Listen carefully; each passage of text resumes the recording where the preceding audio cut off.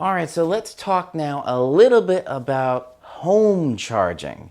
Now, this is the one key thing I would say is a determining factor for whether you should get an electric car or not. So, home charging, I would say, is the primary way you should charge your car. And when you get a Tesla, you get this. This is a mobile charge kit, and I'll show you what's inside here. So there's a couple of different things, and every Tesla, whether it's new or used, comes with this. The first thing you get is this adapter. I'll show you here. This is a standard 110 outlet. So this can be plugged into any standard US outlet. So this is where you're gonna, I guess, first charge your car, because that's really all that comes with the car. The next thing inside here is an adapter. Now this adapter has two sides to it. This first side, this is the Tesla charge port side. There's 3 connectors at the bottom, 2 at the top. So that goes to this side. This is a public EV charging port. I forgot the exact name of this. I'll put it on the screen, but this is where you get public charging stations. This is going to give you about the same charge level as a 240 volt dryer plug, which we'll talk about in a minute. But this adapter you do get with your mobile charge kit as well. So when you first get your Tesla, you can charge either by the 110 outlet or using public EV charging spots with this adapter. And then the next thing is the actual charger itself you get inside here. So this is the Tesla charger. And I'll show you the 2 main pieces, and there's an 18-foot cord in here. So this is the first piece. This is the actual charging unit itself. Well, the power supply, I guess you could say. Because this is not the actual charger. The charger is within the car. The other end of it is this. So that is the Tesla charge port. And there's a button on here that you're going to lock or unlock the charger. When you put this in the car, it actually locks in place. And then you press this button to unlock the charge port and open it up. And then you put this in the car. So this is an 18-foot cord that you get, which is pretty good. Let's talk a little bit about the process of home charging. So if you just use what comes in the box, or comes in the bag, you just plug into any standard 110 outlet, 120 outlet in any American household. That gives you a very slow charge rate, however. You're only gaining anywhere between 3 miles of charge and 5 miles of charge per hour.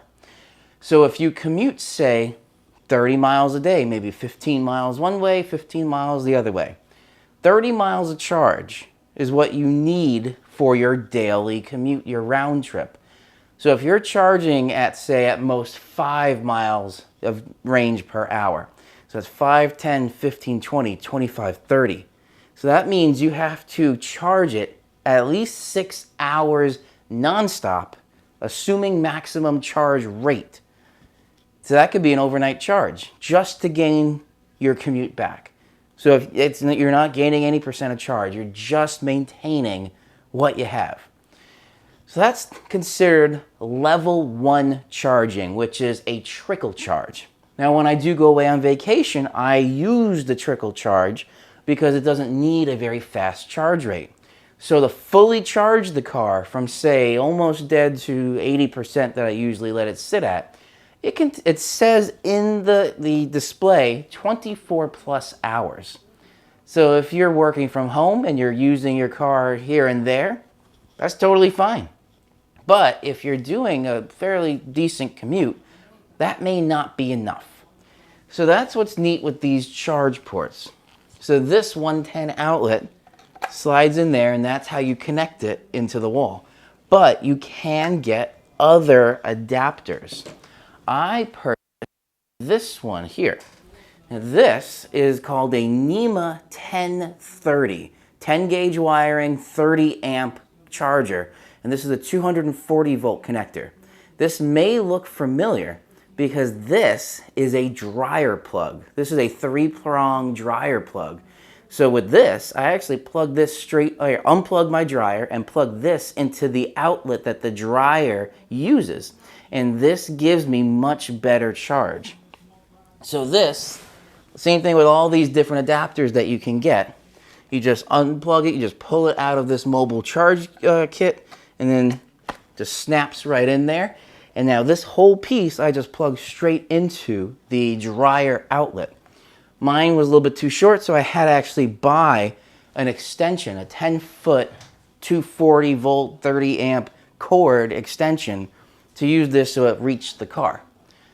So that's what I use, and using that, that's called level 2 charging. So level 1 charging is about 120 volts. Level 2 charging is 240 volts, and that is the recommended way Tesla says to charge your car. Now with that, level 2 charging, 240 volt, 30 amp, that gives me about 22 miles of range gained per hour.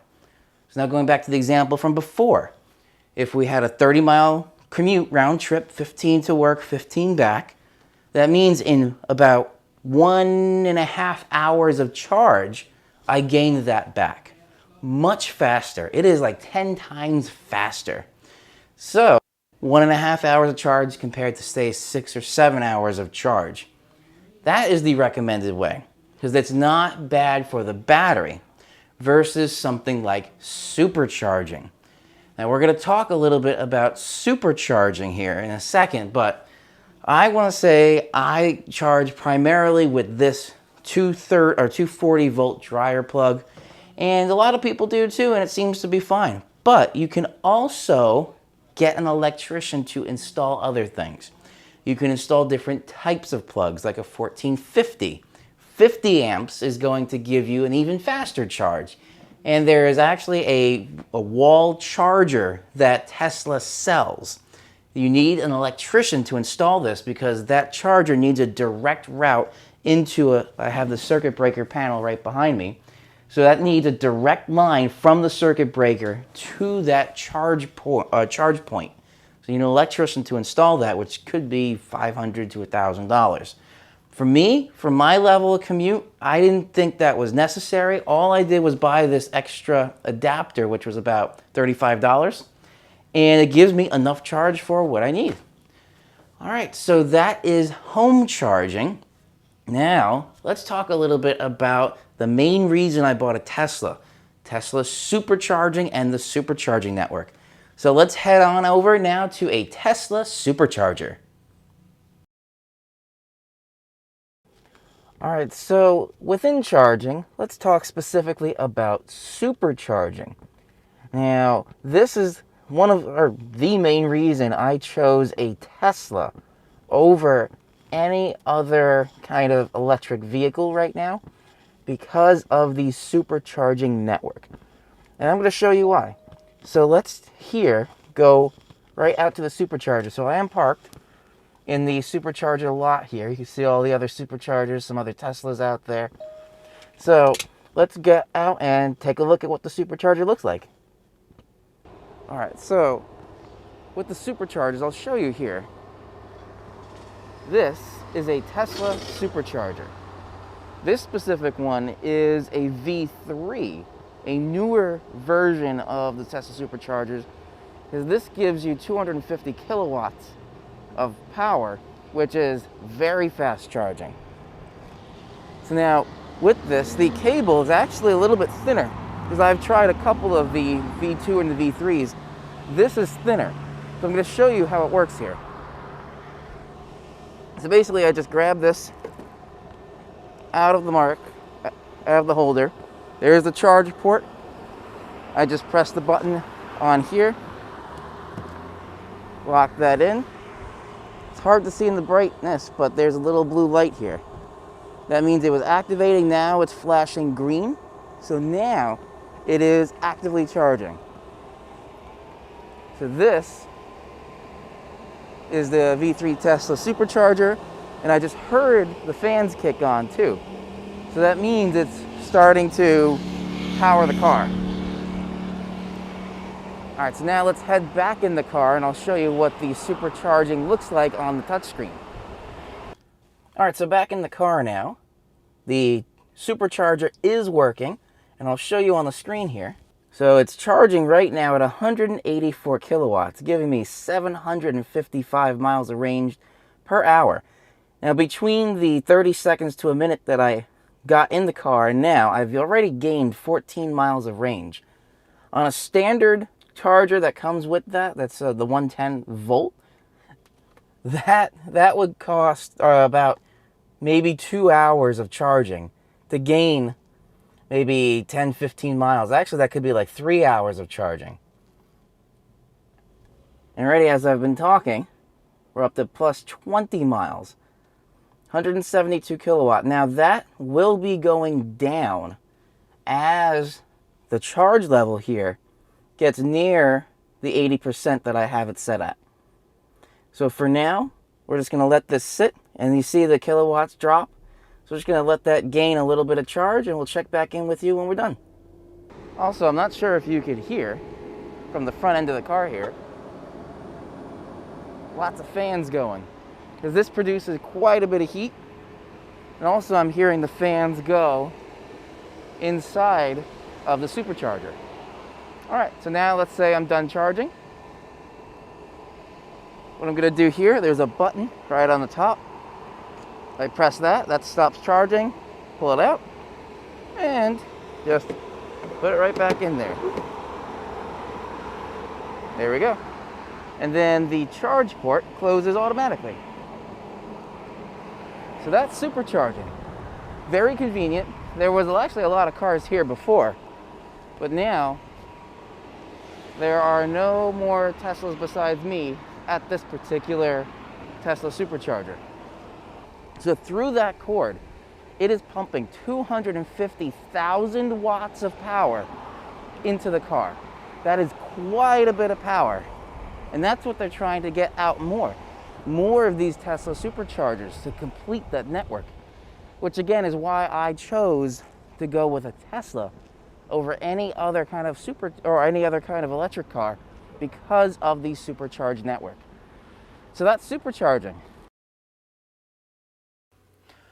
All right, everybody, well, that wraps up this Full Throttle Thursday on Tesla. Now, this is just my first video on Tesla, on the Model 3, because that's what I have here. So expect more Full Throttle Thursdays to be coming out all around electric cars in general, and my Tesla Model 3 on how it's going. So this was really just an introductory video. So I have other videos a bit more on like specific charging stations, the differences between superchargers, road tripping with it. There's a whole bunch of stuff I have planned for videos with the Tesla, buying guides, all different stuff like that. So definitely stay tuned and hit that little subscribe button below and the bell icon right next to that so you get notified whenever I upload a video like this, or sometimes I do go live. I don't often go live from the cars, but I have done that before just because it's a little hit or miss going live from a moving vehicle with the cellular network. So definitely keep that in mind, but if you are interested in Teslas and learning a bit more about electric vehicles, feel free to subscribe to the channel. And also, my main thing here on the channel is weather. So if you want to get the latest weather forecasts and weather information, also hit that subscribe button below so you get that for the tri-state area as well. All right, so overall, my impression of the Tesla Model 3, it is a fantastic car. Sure, there's some weird like quality control issues with the panel gaps and all that, but overall as a package, it is an amazing car for its value. And yes, they are expensive compared to the average car. Mine ended up being $59,000 used, which is a lot of money, but comparing the performance of that to something that equals that performance in a gasoline car, it is a good value, because to get a 0 to 60 of like 3 seconds or something like that, you're either sacrificing functionality like the Corvette C8, which is the same price point, and it's a little bit faster, 0 to 60 in 2.8 seconds, but it's not really functional. Sure, you get a little frunk and a little trunk. Actually, no, you don't get a, yeah, you do. You get a little trunk in the back of the C8 there, but functionality-wise, it is not a good daily car. If you're looking for a good daily car that has good performance, you're looking at $100,000 plus for cars like that. So this is a very interesting spot to be in with electric cars. It's right in the beginning of the kind of the electric takeover for vehicles. And I am glad I'm starting in early, because as things develop over the next decade or so, things are going to look a lot better. And I'm very curious to see the comparison between Tesla Model 3 of 2020 and 2021 and the future. All right, so that wraps up this video. I hope you guys enjoyed. Yes, it was a little bit of a longer video, but there was a lot of information I wanted to get out there for this kind of like Tesla introduction for you. So if you enjoyed, again, hit that like button, and if you want to see more, don't forget to subscribe and get more weather updates as well. This is meteorologist Andrew Pinero. Thank you for watching, and I will see you all in the next video.